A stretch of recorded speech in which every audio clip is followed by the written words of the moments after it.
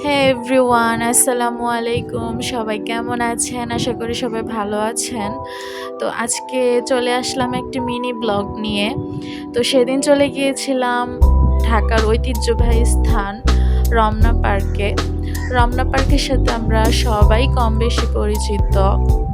তো রমনা পার্ক খুবই সুন্দর একটি জায়গা। সেদিন খুবই সুন্দর একটি ওয়েদার ছিল, সানি ওয়েদার, খুবই রোদ ছিল।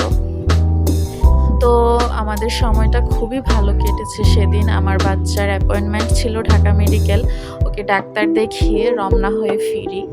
খুবই সুন্দর ছিল ওই দিনটা। তো আমরা একটু ভিডিও করলাম, জায়গাটা খুবই সুন্দর। এই রমনা পার্কের সাথে কোনো কিছুরই তুলনা হবে না। ঢাকার অক্সিজেন বা প্রাণকেন্দ্র বলা হয় রমনা পার্ককে। আমরা সবাই সেটি জানি, যারা রমনা পার্কে গিয়েছি তারা জানি যে এই জায়গাটা আসলেই কত সুন্দর। তো সেদিন অনেক ঘোরাঘুরি করলাম, পার্কে গেলাম। আমার হাজব্যান্ড আমাকে